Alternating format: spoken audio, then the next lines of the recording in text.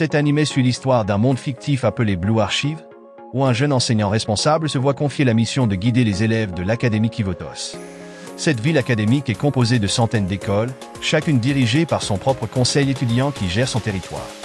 De manière unique, la plupart des habitants de la ville sont des créatures solides ou des robots, tandis que les êtres humanoïdes sont exclusivement des femmes. Tous les élèves de Kivotos possèdent des halos au-dessus de leur tête, les rendant immunisés contre les balles. Ce n'est que lorsque leur halo est brisé qu'ils quittent réellement ce monde. Pendant ce temps, un enseignant, appelé Sensei, se retrouve mystérieusement dans un train, où il rencontre une femme mourante. Celle-ci avoue être responsable de la destruction de Kivotos et demande à Sensei d'empêcher d'autres catastrophes. À son arrivée à Kivotos, Sensei reçoit une tablette appelée le coffre de Shitim de la part de Rin, la chef intérimaire du comité de Kivotos. Lorsqu'il active la tablette, la conscience de Sensei est immédiatement transférée dans une salle de classe où une jeune fille l'attend. Cette fille, nommée Arona, est une sous-intelligence artificielle du coffre de Shitim, conçue pour l'assister dans toutes ses missions. Dans un autre coin de la ville, une école appelée Abydos fait face à de graves problèmes financiers, avec seulement 5 élèves encore inscrites. Ces élèves sont Shiroko, passionnée de vélo, Serika, timide, Ayane, une élève exemplaire de classe inférieure, Oshino, souvent endormie, et Nonomi, issue d'une famille riche. Ensemble, elles discutent de l'état critique de leur école et tentent de solliciter l'aide du comité de Kivotos, dont la chef est actuellement portée disparue. Malgré cela, Abydos envoie une lettre au comité, espérant recevoir des fonds ou des ressources pour rembourser l'énorme dette de l'école, qui pourrait prendre 300 ans à être réglée. En se rendant à l'école, Shiroko rencontre un étranger qu'elle emmène à Abydos. Cet étranger n'est autre que Sensei, présenté comme un représentant de Chalet, un club fondé par la chef du comité de Kivotos avant sa disparition. Les élèves d'Abydos se sentent soulagés de savoir que leur lettre a été reçue et qu'elles recevront des provisions et des munitions. Lors d'une brève introduction, Shiroko emmène Sensei faire un tour pour lui montrer l'état actuel d'Abydos. On découvre qu'Abydos était autrefois une grande école fréquemment frappée par des catastrophes naturelles, nécessitant des réparations coûteuses. Cela a plongé l'école dans une dette massive, poussant la plupart des élèves à se transférer ailleurs, ne laissant que ces 5 élèves qui restent pour tenter de rembourser cette dette. Alors que la situation semble calme, le gang Elm, qui attaque régulièrement Abydos pour tenter de prendre le contrôle de l'école, lance une nouvelle offensive. Les élèves d'Abydos se préparent rapidement à affronter le gang Elm, tandis qu'Arona rappelle à tout le monde de rester vigilant. Le gang Elm, certain de sa victoire, compte sur le manque de munitions et de coordination d'Abydos. Cependant, Sensei décide de les aider, bien qu'ils doivent être prudents, car un seul tir pourrait être dangereux pour lui. Il commence à organiser une stratégie pour diriger son équipe. Inspiré, il demande à Nonomi d'aveugler les ennemis et combine cette attaque avec les talents de tireuse de précision de Serika. Oshino, impatiente de participer, fait de son mieux pour marquer un point. Shiroko, en première ligne, reçoit des provisions d'Ayane, ce qui lui permet d'éliminer ses adversaires avec précision. Peu à peu, le gang Elm commence à reculer. Avec son agilité, Shiroko parvient à renverser la chef du gang juste devant elle. Sans hésiter, elle attaque, forçant la chef du gang à demander grâce. En voyant cela, le gang Elm se retire, marquant ainsi la fin d'une longue journée tendue. Après cela, Sensei décide de rester à Abydos jusqu'à ce que tous les problèmes de l'école soient résolus. Le lendemain, Sensei et les élèves nettoient la cachette du gang Elm dans le désert. Bien que l'activité se passe sans problème, Serika reste méfiante envers Sensei, doutant des intentions de quelqu'un qui offre si facilement son aide. À leur retour à Abydos, ils discutent de la dette de l'école, accumulée en raison des tempêtes de sable fréquentes dans la région, qui les obligent à emprunter constamment des fonds. Pour remonter le moral des élèves, Sensei les encourage, affirmant que les adultes présents les aideront aussi. Cependant, Serika continue de refuser, méfiante envers les étrangers et convaincue que sa gentillesse n'est qu'une façade, ce qui la pousse à partir. Ces rejets répétés déçoivent Sensei, qui essaie pourtant de créer un lien avec elle depuis plusieurs jours. Les départs précipités de Serika attirent l'attention de Shiroko et de ses amis, qui décident finalement de la suivre. Elle l'observe depuis un toit et utilise un GPS pour suivre ses déplacements. Elle découvre alors que Serika se rend toujours dans un restaurant de ramen après l'école. Réalisant qu'elles ont faim, elles décident d'y manger aussi. Au restaurant, elles apprennent que Serika y travaille. Lorsque Sensei passe une commande, sa nature amicale le lie rapidement au propriétaire, Shiba, du restaurant Shibaseki Ramen. À la fin de son service, Shiba dit à Serika que Sensei est une bonne personne qui se soucie sincèrement de ses élèves. Cependant, ces paroles ne suffisent pas à convaincre Serika. Sur le chemin du retour, Serika rencontre Shiroko, qui tente de lui parler de la journée et de sa confiance en Sensei. Shiroko insiste sur le fait que Sensei est une personne fiable et bienveillante. Cependant, elle s'éloigne peu après, manquant l'occasion d'aider Serika, qui s'évanouit soudainement après avoir été attaquée par le Gangen. Le lendemain matin, c'est la panique, car Serika est introuvable. Ayane a vérifié sa chambre, mais elle n'y est pas, et son téléphone est injoignable. Heureusement, Sensei active rapidement son coffre de Shitim pour demander l'aide d'Arona. Grâce à son assistance, la localisation de Serika est rapidement identifiée. Avec cette information, la mission de sauvetage de Serika commence. Pendant ce temps, après avoir repris connaissance, Serika se sent totalement impuissante, résignée à son sort et attendant anxieusement.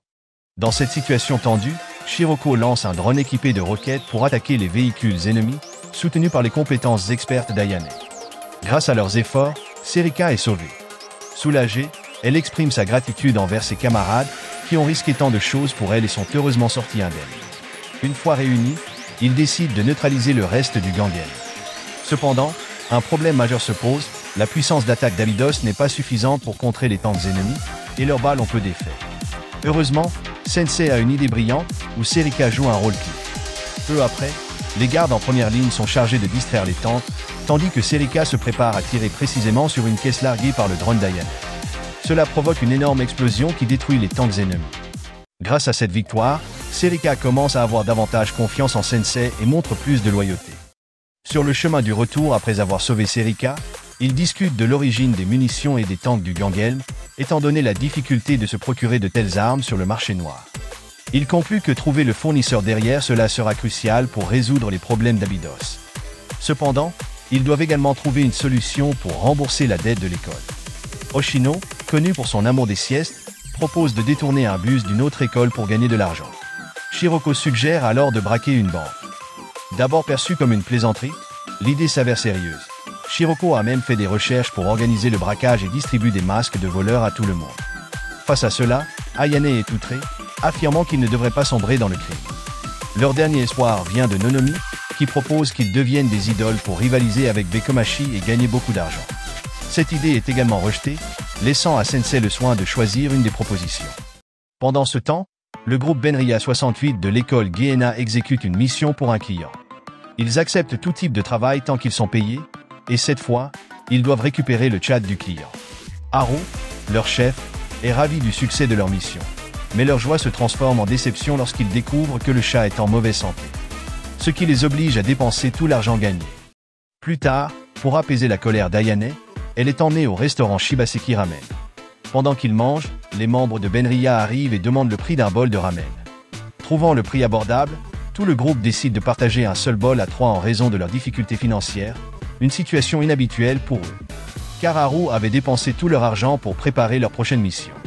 En attendant leur ramen, ils se présentent.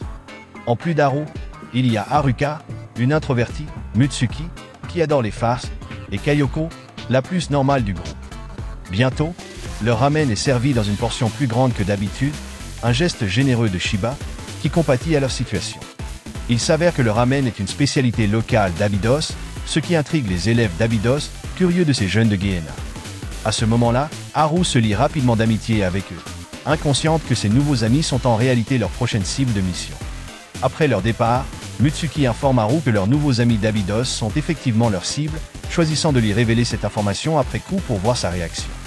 Cependant, en tant que mercenaires, ils doivent honorer la demande de leurs clients, même si cela leur pèse. Le lendemain, à Abydos, les élèves racontent à Sensei leur rencontre avec les sympathiques jeunes de Gehenna, mais une alarme les interrompt. Leur école est attaquée. Les assaillants sont des mercenaires engagés par Benria. Malgré la gentillesse qu'ils ont montrée, les élèves d'Abydos doivent maintenant faire face aux conséquences du métier de Benria. Leurs adversaires se révèlent redoutables, en particulier lorsque Benria lance une attaque surprise. Cependant, le combat s'éternise jusqu'en fin d'après-midi sans résolution. Si la bataille continue, Abydos risque de perdre à cause de leur infériorité numérique. Prenant conscience de cela, Sensei ordonne à Shiroko de préparer une contre-attaque. Il commande alors à tout le monde d'avancer avec audace pour briser la formation ennemie. Pendant le combat, Shiroko tente de surpasser Haru en combat rapproché, mais le duel se termine sur une égalité, et les mercenaires se retirent temporairement pour la journée. Après l'affrontement, le client de Benria, furieux, leur accorde une seconde chance. Cependant, sans fonds suffisants, ils ne pourront pas poursuivre leur mission. Acculée, Haru essaie d'obtenir un prêt bancaire, mais elle se heurte à des difficultés en raison de son interdiction de crédit. Pendant ce temps, Abydos travaille sur le remboursement de ses échéances mensuelles, qui doivent être réglées en espèces. Quelques jours plus tard, malgré leurs soupçons, les élèves d'Abydos reçoivent une piste importante sur la localisation des munitions du Gangelm. Selon les rumeurs, leur réserve serait située sur un marché noir. Cet après-midi-là, ils se rendent sur place, laissant Ayane garder leur base. Au cours de leur enquête, ils aperçoivent une fille poursuivie par des voyous. À en juger par son uniforme, elle semble venir de Trinity, une école prestigieuse pour les riches. Pensant qu'elle est poursuivie pour être prise en otage contre rançon, les élèves d'Abydos décident d'intervenir sans hésiter. Plus tard, la fille se présente sous le nom de Ifumi. Elle explique qu'elle cherchait une poupée en édition limitée, épuisée partout, et espérait la trouver sur le marché noir. Curieuse des raisons de la présence des élèves d'Abydos, Ifumi commence à spéculer et partage ses connaissances limitées sur les organisations opérant dans le marché noir. En échange de son sauvetage, l'équipe d'Abydos insiste pour qu'Ifumi les aide dans leur enquête. Ifumi explique qu'il n'est pas difficile de localiser des organisations illégales dans la région, car elles opèrent ouvertement. Elle leur indique que la banque du marché noir se trouve au centre-ville, un lieu clé pour les transactions illicites d'argent et d'armes. Peu après, un événement inattendu survient. Une voiture s'arrête devant eux, la même qui est utilisée pour collecter les dettes d'Abydos. Ifumi identifie alors l'usurier comme appartenant à Kaiser Lowan, une branche de la puissante Kaiser Corporation. Muni de ces informations, il décide de planifier un braquage. Bien que Sensei désapprouve, l'enthousiasme du groupe est irrésistible. Ils invitent même Ifumi à les rejoindre. Réticente au début, elle finit par accepter, devenant officiellement un nouveau membre de l'équipe. De son côté, voyant la détermination de ses élèves, Sensei leur donne une autorisation à contre-cœur, mais uniquement pour récupérer des documents nécessaires. À l'intérieur de la banque, Haru se sent frustrée lorsque sa demande de prêt est refusée. Elle veut exploser de colère, mais la forte présence sécuritaire l'en empêche. Découragée, elle a l'impression que ses rêves de devenir la plus grande criminelle s'éloignent. Soudain, un autre groupe de braqueurs arrive sur les lieux. Ifumi, forcée de diriger ce groupe, a l'air malheureuse dans son rôle. Ignorant que ces braqueurs sont en réalité les élèves d'Abydos, Haru les observe avec admiration, les considérant comme les criminels idéaux qu'elle aspire à devenir. Après avoir récupéré le sac dont ils avaient besoin, le groupe prépare sa fuite. Ils se félicitent pour leur succès, mais leur soulagement se transforme en confusion en découvrant le contenu du sac. À l'intérieur, ils trouvent une grande somme d'argent en plus des documents recherchés. Face à cette découverte, Serika est ravie de leur fortune soudaine, mais Sensei leur interdit d'utiliser cet argent. Bien qu'il leur ait peut-être appartenu auparavant, autoriser les élèves à en profiter les conduirait sur une voie dangereuse. Sensei craint que, s'ils s'habituent à voler, ils ne puissent plus revenir en arrière. Pour la même raison, Hoshino rejette la suggestion de Nonomi de rembourser toutes leurs dettes avec l'argent volé. Soudain, Haru les retrouve après les avoir suivis jusqu'à un événement appelé Absolute Cinema. Forcés d'agir rapidement devant une foule de fans peu attentifs, les élèves d'Abydos improvisent. Nonomi les présente comme le gang des masques de bain avant de s'éclipser en laissant le sac d'argent derrière eux. À ce moment-là, Benria est ravi de ce coup de chance inattendu, bien qu'il éprouve de la pitié pour Haru, qui reste à rêvasser. Finalement, Benria découvre la véritable identité du gang des masques de bain. Pendant ce temps, les élèves d'Abydos sont furieux d'apprendre que le fournisseur du Gangelm n'est autre que Kaiser Lowan. Ils sont outrés que l'argent destiné à leurs dettes ait servi à financer leurs propres ennemis. Ifumi, encore avec eux, est également surprise par l'ampleur de leurs problèmes. Avec les documents en main, tout devient clair, leur véritable ennemi est Kaiser Lowan, une branche de la Kaiser Corporation. Comme il se fait tard, Ifumi, en tant que leader, dit au revoir au groupe et prévoit de contacter Tea Party, la présidente du conseil étudiant de Trinity, pour l'aider à enquêter sur cette affaire. Cependant, Hoshino soupçonne que Tea Party est déjà au courant de la situation et pense que d'autres grandes écoles, comme Gehenna ou Millennium, pourraient l'être aussi. Hoshino essaie subtilement de décourager Ifumi de les aider, craignant qu'un soutien de Trinity n'amène Abydos sous l'influence d'une école plus puissante. Pourtant, l'expression de Hoshino trahit une inquiétude plus profonde, quelque chose qu'elle tente de cacher. Le lendemain, Hoshino repose sa tête sur les genoux de Nonomi, mais une tension sous-jacente persiste malgré ses plaisanteries. Après son départ, Nonomi partage une partie du passé de Hoshino avec les autres, révélant qu'en première année, Hoshino était vice-présidente du conseil étudiant d'Abydos. Après le décès de leur présidente, le conseil s'est dissous, ce qui pourrait expliquer pourquoi Hoshino n'a jamais demandé d'aide aux autres écoles, se sentant seule jusqu'à l'arrivée de ses camarades plus jeunes. De son côté, Haru se sent partagé sur la façon dont Benria devrait exécuter la demande de leur client de détruire Abydos. Refusant d'utiliser de l'argent volé pour la mission, Kayoko propose de retourner à Gehenna car ils ne peuvent pas payer le loyer de leur bureau. Ils craignent que, sans paiement, l'emplacement ne soit repris par l'équipe préfectorale de Gehenna, dirigée par l'une des élèves les plus fortes de Kivotos. Malgré ses doutes, Haru décide de persévérer et de continuer à essayer de remplir la mission du client. Mais d'abord, ils se rendent chez Shibaseki Ramen pour se restaurer. Le propriétaire du restaurant, Shiba, leur offre chaleureusement des repas gratuits, conscient de leur lien avec Serika. Cependant, Haru se sent insulté par cette gentillesse, estimant qu'elle va à l'encontre de leur parcours criminel. Haruka, qui les accompagne, envisage même que le restaurant devrait être détruit pour sa générosité. Peu après, la nouvelle se répand que le restaurant Shibaseki Ramen a été détruit. Tout le monde se précipite sur place, mais ils découvrent que Haruka a déjà installé une bombe. Il s'avère que l'introverti Haruka pensait à tort que le service amical du restaurant était incompatible avec le monde criminel et croyait que la seule solution était de le faire exploser. Pendant ce temps, bien qu'ils se considèrent comme des criminels, le groupe doit maintenant affronter la colère des élèves d'Abydos. Heureusement, Shiba a survécu à l'explosion précédente. Mais avant que le combat ne commence, un bombardement extérieur met Haru à terre. L'attaque provient d'élèves de Gehenna, dirigés par des membres de l'équipe préfectorale. Leur objectif principal est de ramener Haru et son équipe, mais ils savent qu'ils ne peuvent pas agir imprudemment sur le territoire d'une autre école. Une membre de l'équipe préfectorale, nommée Yori, s'avance pour expliquer la raison du bombardement et demande à Abydos de se retirer. Cependant, Abydos refuse de céder sur son propre territoire, déterminé à ne pas laisser Benria partir si facilement. Pendant ce temps, les instigateurs de ce conflit observent le déroulement de la situation à distance. Plus tard, voyant qu'Abydos ne veut pas reculer, Yori lance une attaque. Bien qu'elle soit en infériorité numérique 4 contre 1, elle tient bon. Devant l'escalade de la situation, Sensei est obligé d'intervenir pour calmer les choses. À ce moment, Shinatsu, une amie d'Yori, reconnaît Sensei, qu'elle avait rencontré lors de ses premiers jours à Kivotos. À cause de cela, elle hésite à attaquer en sa présence. Soudain, un hologramme d'Ako, une autre membre influente de l'équipe préfectorale, apparaît. Connue pour son autorité, Ako ordonne à Yori d'obéir, son ton poli mais ferme laissant entendre qu'une résistance mènera à une confrontation armée. La situation prend une nouvelle tournure lorsque Benria lance une attaque surprise contre l'équipe préfectorale. Haru en profite pour s'excuser du chaos causé par l'incident de Shibaseki Ramen.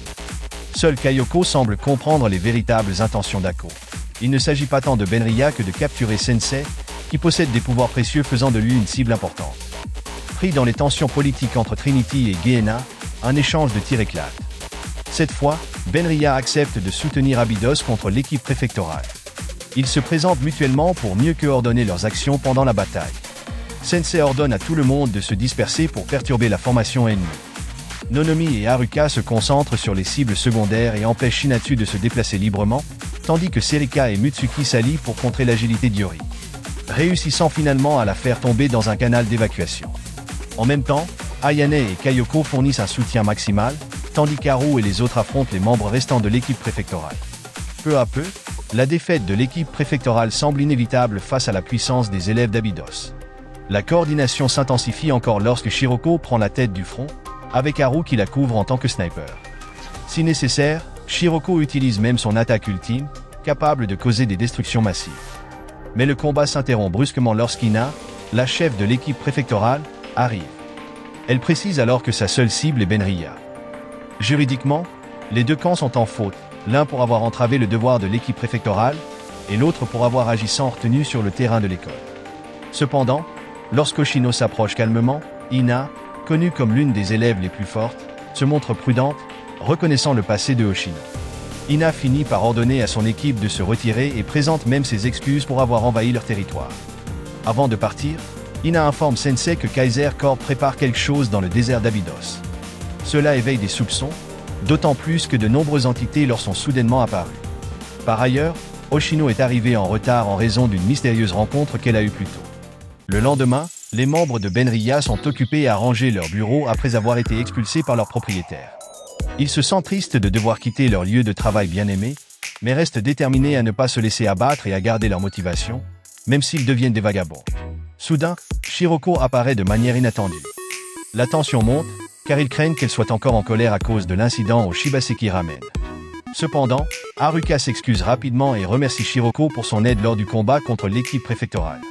Shiroko comprend la situation et Sekaru regrette ses actions, surtout en voyant que l'argent volé avait été laissé devant le restaurant.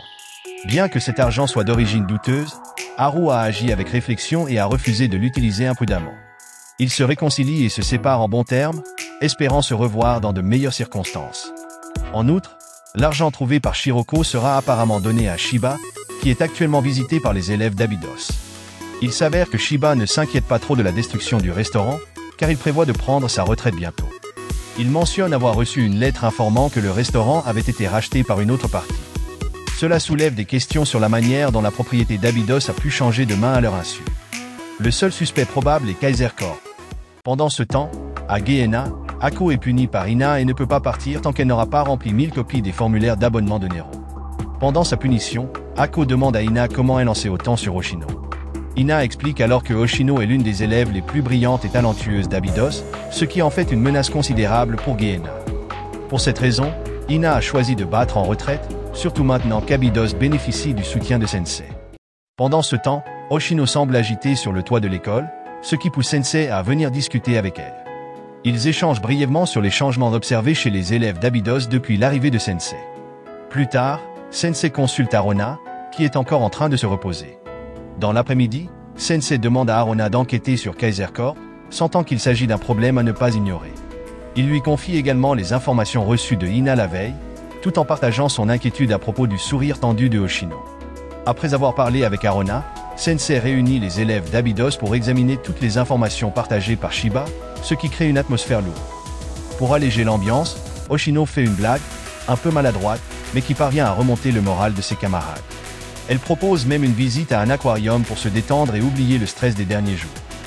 Le lendemain, ils partent pour l'aquarium. Bien qu'il ressemble à n'importe quel autre, Hoshino démontre une vaste connaissance des différentes espèces de poissons, presque comme une encyclopédie vivante. Ensemble, ils explorent les lieux et admirent les poissons. Dans cette atmosphère paisible, Shiroko invite Hoshino à une conversation privée, curieuse de savoir pourquoi sa camarade semble tendue. Shiroko exprime son désir d'aider Hoshino si elle traverse des difficultés, comme Hoshino l'avait aidé par le passé. Mais Hoshino garde ses sentiments pour elle-même et préfère serrer sa camarade dans une étreinte chaleureuse. Alors qu'ils profitent de leur sortie, ils sentent qu'elle ne serait pas complète sans acheter quelques souvenirs. Ils rassemblent leurs fonds pour faire un achat. Avant de rentrer, le groupe décide de prendre une photo ensemble. Initialement, ils demandent à Sensei de prendre la photo, mais une élève de Millennium, Yuka, propose son aide. Sensei la reconnaît immédiatement, ayant déjà eu affaire à elle lors d'un incident impliquant Shinatsu. Avec l'aide de Yuka et de son ami Noah, les élèves d'Abydos capturent un beau souvenir de leur sortie. Pourtant, un malaise persiste chez Sensei, comme si ce moment de bonheur était trop beau pour être vrai. Ce sentiment s'intensifie le lendemain matin lorsque Shiroko, sur le chemin de l'école, voit une voiture emmener Hoshino. Leur rencontre est brève, car peu après, Hoshino entre dans la salle de classe. Shiroko devient de plus en plus méfiante envers Hoshino, sentant que quelque chose cloche, mais elle décide de ne pas perturber l'atmosphère joyeuse parmi ses amis. Après leur réunion habituelle, Shiroko interroge Hoshino sur son départ matinal, s'attendant déjà à ce qu'elle évite la question. Comme prévu, Hoshino élude le sujet, ce qui attise encore plus la curiosité de Shiroko. Frustré, Shiroko insiste, jusqu'à ce que le sac de Hoshino tombe, révélant un formulaire de désinscription de l'école. La situation devient tendue lorsque Sensei et Nonomi les rejoignent. Bien que Shiroko tente de calmer les choses, Nonomi insiste pour qu'il n'y ait aucun secret entre eux. Profitant de l'occasion, Hoshino donne une explication rapide et vague avant de partir. Nonomi suggère alors de lui laisser de l'espace, pensant qu'elle veut résoudre ses problèmes seule. Ce soir-là, Shiroko se confie à Sensei sur le formulaire de désinscription, lui demandant de l'aider à empêcher Hoshino de quitter Abydos avant qu'elle ne commette une grave erreur. Le lendemain, une réunion est organisée après qu'Ayane a confirmé qu'une partie du district d'Abydos avait effectivement été rachetée par Kaiser Corp. Cette acquisition semble impossible sans de lourdes manœuvres, ce qui les pousse à soupçonner que l'ancien président du conseil des élèves d'Abydos ait vendu le terrain. Indigné, Serika n'arrive pas à croire que quelqu'un ait pu vendre un bien aussi essentiel. Ils réalisent qu'ils ont été négligents en se concentrant uniquement sur le remboursement des dettes, sans surveiller leur environnement. C'est alors que Hoshino, anciennement vice-présidente d'Abydos, explique que la dette d'Abydos existait bien avant leur arrivée. Il y a des années, seuls 2 élèves de première année étaient restés, déterminés à redonner sa gloire à Abydos. Malheureusement, les bonnes intentions de ces élèves ont été exploitées par des individus douteux qui leur ont imposé des prêts à taux d'intérêt élevés. Cela a laissé la dette impayée, les forçant à vendre le terrain sous la pression. Avec les informations de Ina, tout devient clair. Quelque chose de précieux est caché à Abydos, et Kaiser Corp cherche à fermer l'école en usant de stratégies de location ou de taux excessifs.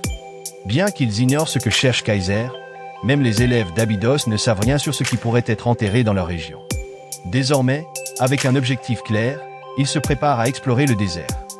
Pendant ce temps, Hoshino mentionne que le désert d'Abydos abritait autrefois une oasis utilisée pour des festivals annuels durant l'âge d'or de l'école.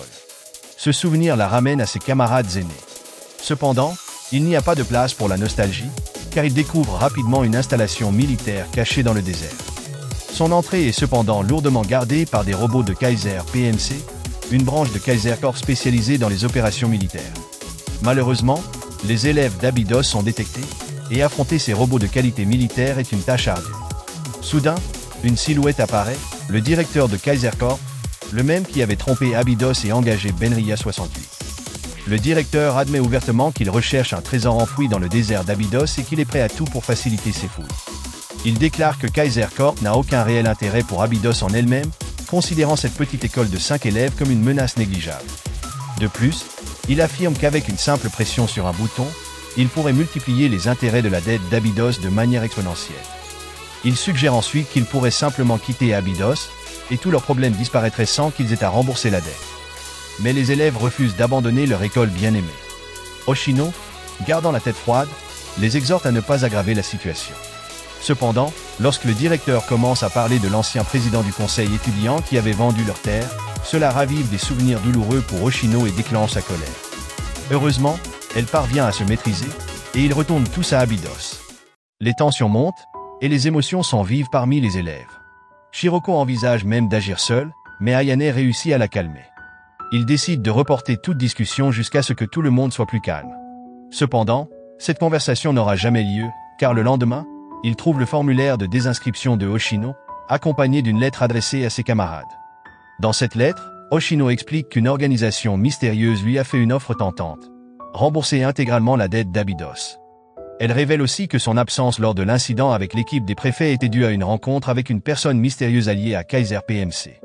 Sa dernière demande dans la lettre est qu'il prenne soin d'Abydos, si jamais il devait se battre contre elle, qu'il détruise son halo afin qu'elle puisse mourir avec honneur. Ils apprennent à peine cette nouvelle qu'une nouvelle attaque frappe le district d'Abydos. Pendant ce temps, le directeur de PMC lance une offensive, certain que Hoshino a quitté l'école. Bien que les élèves d'Abydos aient les compétences nécessaires pour affronter les soldats de Kaiser, ils sont dépassés par leur nombre. Le directeur apparaît rapidement, expliquant qu'ils n'ont plus d'autorité maintenant que Hoshino est parti. Il ajoute qu'ils ne sont même pas un club reconnu officiellement, car ils n'ont jamais reçu d'approbation de l'ancien président du conseil étudiant. Cette révélation écrase le moral des élèves, qui se sentent impuissants et se demandent combien de temps ils devront encore lutter contre une dette interminable. Dans ce moment de désespoir, Benria arrive de manière inattendue, se tenant fièrement devant eux. Haru et son équipe refusent de laisser leurs anciens ennemis sombrer dans le désespoir et se préparent à offrir leur soutien. Une fois qu'Haru est déterminée, elle peut abattre un hélicoptère sans même utiliser de viseur. Haru motive tout le monde, les incitant à ne pas abandonner. Malgré la bataille en cours, les élèves sont résolus à protéger leur sensei. Frustré, le directeur déploie son gain d'âme, alimenté par de l'énergie CGI. Bien que sa puissance de feu soit immense, sa taille massive entrave sa mobilité. Le plan consiste à ce que Benria gère les petits soldats pendant que les élèves d'Abydos ciblent directement le directeur. Ce dernier peine face à l'agilité des élèves. Le terrain de l'école est chauffé intentionnellement pour attirer les robots collecteurs de dette dans des zones piégées avec des bombes. Cependant, le directeur résiste et augmente la puissance de son arme. Pendant ce temps, Shiroko se retrouve acculé et frôle la mort certaine. Dans un moment crucial, Sensei lance le bouclier de Hoshino, et cette dernière intervient pour dévier l'attaque imminente. Il ne leur reste plus qu'à viser précisément pour détruire le mécha du directeur. Malheureusement, le directeur parvient à résister à l'assaut et ordonne le repli de ses forces. Sa décision de les laisser partir laisse tout le monde perplexe. Bien qu'ils aient traversé des épreuves difficiles, ils sont reconnaissants de l'aide de Benria. Sans eux, Abydos aurait pu être détruite. Pendant ce temps, Hoshino est furieuse, réalisant que malgré son sacrifice, Abydos reste une cible. De l'autre côté, une figure mystérieuse poursuit un objectif différent de celui de Kaiser, capturer Hoshino, détentrice du pouvoir mystique le plus fort de Kivotos. Cette personne prévoit d'utiliser Oshino comme échantillon dans des expériences visant à inverser l'énergie de son halo, la transformant en une menace. Pendant ce temps, Oshino, plongé dans le désespoir, se réfugie dans l'isolement de la salle d'expérimentation. Tard dans la nuit, Sensei tente de localiser Oshino avec l'aide d'Arona. Malheureusement, son emplacement est si bien dissimulé qu'aucune IA avancée ne peut le détecter. Soudain, Sensei entend quelque chose à l'extérieur. En enquêtant, il trouve une carte indiquant l'endroit. Sans hésitation, il s'y rend. À son arrivée, Sensei est accueilli par une figure mystérieuse nommée Black Su, qui lui révèle qu'il souhaite lui parler depuis longtemps. Black Su affirme venir de l'extérieur de Kivotos et être membre d'une organisation appelée Gematria, chargée d'étudier les forces mystiques présentes à Kivotos. Il propose à Sensei de rejoindre leur rang, mais Sensei refuse, expliquant qu'il est là uniquement pour sauver Oshino. Comme la démission de Oshino n'a pas été officiellement acceptée, elle fait toujours partie d'Abydos. Cependant, Gematria n'est pas responsable de la chute d'Abydos, ils ont simplement exploité la situation. Black Su semble intrigué par Sensei et espère toujours le recruter. Bien que Gematria envisage de restaurer la gloire d'Abydos, Sensei défend fermement les droits de ses élèves. Curieux, Black Su demande pourquoi Sensei tient tant à ses élèves, alors que sa famille n'a aucun lien avec l'organisation et qu'il possède le plus grand pouvoir de Kivotos. Pour Sensei, c'est le devoir des adultes de soutenir et de protéger la jeune génération, une vision en contraste total avec la tendance de Gematria à les manipuler. Finalement, Black Su comprend le point de vue de Sensei. Pour lui, il s'agit de la responsabilité des adultes d'aider les jeunes, et non de les exploiter comme le fait Gematria. Respectant ses valeurs, Black Su lui indique l'emplacement de Oshino avant de partir. Le lendemain, cette information précieuse est partagée avec les autres élèves, qui se préparent avec enthousiasme à aller chercher leur sensei. Ils sont impatients de réprimander leurs camarades aînés pour être partis sans prévenir. Avant de lancer leur mission, ils décident cependant de chercher du soutien pour augmenter leurs chances de succès. Leur première destination est Trinity Academy. C'est leur première visite à Trinity, et ils sont impressionnés par l'école, bien que certains élèves s'y montrent un peu impolis. Ifumi essaie de demander l'aide du Tea Party, l'organisation du conseil étudiant de Trinity, mais ses dirigeants, préoccupés par des affaires politiques avec Gehenna, refusent. Ils poursuivent donc vers Gehenna, dont les installations les impressionnent encore plus, incluant un service de thé. Peu après, Shinatsu arrive et leur offre des rafraîchissements. Pendant ce temps, Sensei tente de contacter Yori pour organiser une rencontre avec Ina. Heureusement, Sensei a léché les pieds d'Yori, ce qui a permis de sauver cette chronologie.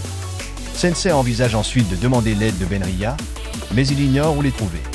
Par hasard, il croise Benria et son équipe à Shibaseki Ramen, désormais un petit stand ambulant. Benria, cependant, a besoin de temps pour réfléchir à la demande. Finalement, avec les alliés réunis, Shiroko et ses amis partent sauver leurs camarades aînés. Après avoir combattu des soldats dans la ville, le groupe a acquis une certaine expérience pour gérer ces situations. Cependant, affronter un flot ininterrompu de forces robotiques reste un défi. Shiroko propose alors un plan audacieux. Attaquer dès que l'ennemi ouvre les portes pour recevoir des renforts. Bien que risqué, Shiroko fait confiance à ses amis pour suivre son plan. Avec leur soutien, elle utilise son agilité pour désorganiser les ennemis, tandis qu'un drone lance-missile détruit la tour de contrôle des portes, facilitant leur entrée. De son côté, le directeur de la PMC, furieux, n'en revient pas que de simples élèves aient réussi à infiltrer sa base. Il signale la brèche à son quartier général et envoie une nouvelle vague de soldats robotiques. Mais la situation bascule soudainement lorsqu'Ifumi arrive en renfort. D'un simple ordre, les forces de Trinity lancent une attaque sur l'ennemi. Non seulement Trinity, mais aussi l'équipe des préfets se joignent à eux. Conscient de cela, le directeur n'a d'autre choix que de déployer toute son armée, mais elle ne peut rivaliser avec les forces combinées des élèves.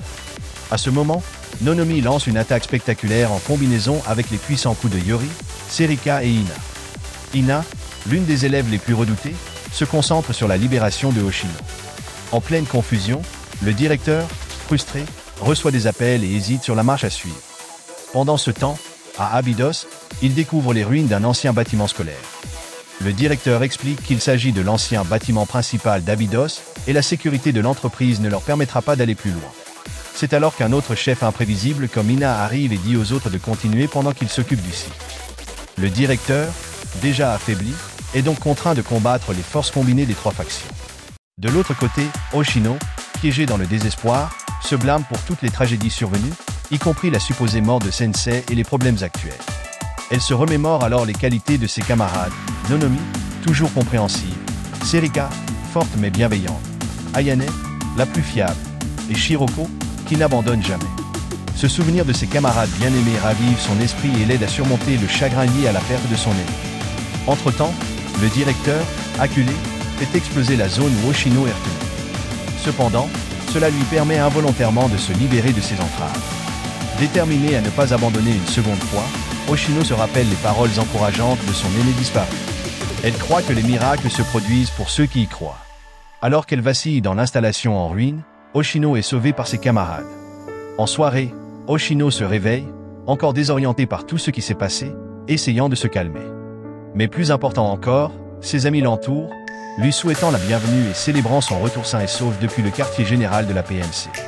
Leçon morale de l'histoire: si vous êtes endetté, oubliez les crimes, ouvrez un stand de ramen. Et surtout, méfiez-vous des petits stands de nouilles trop amicaux, ils pourraient vous surprendre.